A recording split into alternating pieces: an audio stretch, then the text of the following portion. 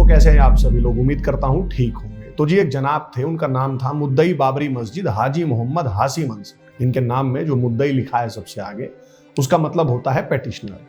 1961 में अयोध्या में जो हमारी राम जन्मभूमि है, उस पर अपना दावा ठोकते हुए भाईजानों ने कोर्ट में लॉ सूट फाइल किया था। ये मुद्दई बाबरी हाजी मोहम्मद हाशिम अंसारी उस लॉ सूट के चीफ पेटिशनर थे। इतना ही नहीं, हाशिम अंसारी ने 1949 में रामलला के प्रकट होने का विरोध भी किया था और घोषणा भी की थी कि वे राम जन्मभूमि से सामूहिक अजान दी जाएगी। 1952 में शांति व्यवस्था भंग करने के अपराध में फैजाबाद कोर्ट ने इन्हें 2 साल की सजा भी सुनाई थी।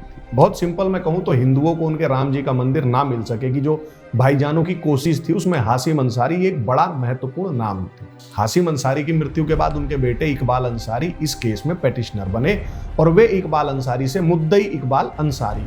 फिर 2019 में सुप्रीम कोर्ट ने हिंदुओं के पक्ष में फैसला दे दिया।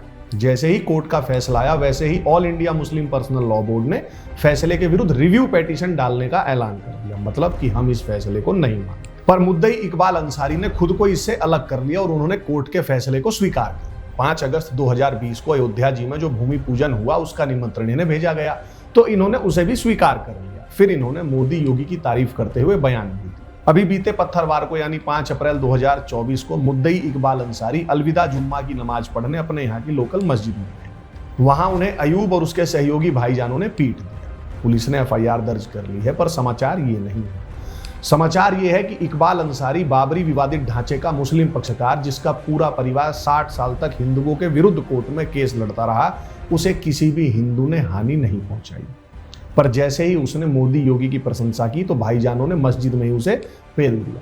और अगर अब भी इकबाल अंसारी नहीं माना, तो किसी दिन उसका गला भी काट देंगे। लेकिन वामपंथी पिक्स के अनुसार इंटॉलरेंट कौन है, हेट कौन फैला रहा है, घृणा कौन फैला रहा है, नफरत कौन फैला रहा है, तो जी हिंदू ही इंटॉलरेंट है इनके हिसाब से, और हिंदू ही घृणा फैला रहे हैं।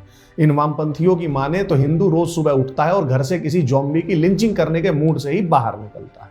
पूरे मीडिया में जितने भी रवीश कुमार एंड उसके जैसे 36 अदर्स हैं, इनमें से किसी ने भी इकबाल अंसारी पर कोई वीडियो नहीं बनाई। वहीं अगर कोई हिंदू किसी भाईजान को घूर तक दे, तो रवीश कुमार अपने घाघरे से ही अपने आंसू पोंछता हुआ वीडियो बना देगा। Now a memo to all fellow Hindus, ये दुनिया सदैव से ही ऐसी ही है, अनफेयर। ये दुनिया सदैव ही प्रोपोगेंडा से चलती आई है और आगे भी चलेगी। ये आपके फैक्ट्स, एविडेंसेस, प्रूफ्स, ये सब इतिहास के डस्टबिन में पड़े रहते हैं। अब इसमें आपको क्या करना है, कैसे इस प्रोपोगेंडा वॉर से लड़ना है, जीतना है, आप इस पे सोचें। मेरे गुरु कहते हैं, this world was never fair and it won't ever be. और एक बात माय डियर फ्रेंड्स, हिंदू नाम का वामपंथी दुनिया का सबसे निकृष्ट जीव होता है। आपको याद ही होगा, पहले मैं वामपंथियों को लेफ्टिस्ट डॉग्स कहता था, पर आज मैंने वामपंथी पिग्स कहा है, क्योंकि मेरे गुरु ने मुझे बताया कि वामपंथी इतना निकृष्ट जीव होता है कि इनको कुत्ता कहना कुत्ते का अपमान है। जो सोच रहे हैं कि वे क्या कर सकते हैं, वे स्क्रीन पे दिए हमारे नंबर पे संपर्क करें। हमारे पास हर हाथ के लिए काम है। जय श्री राम।